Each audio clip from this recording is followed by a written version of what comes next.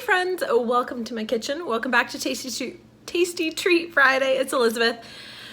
Do you ever have those days where you're just baking and you're getting all the things done? Sometimes I just get into that groove. So I will be having lots of videos coming your way on Fridays about all the things we're making.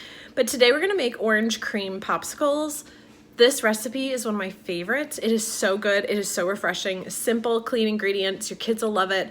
And it's just starting to get hotter outside, so I feel like it's something we should be doing. So if you want to make this with me, then stick with me.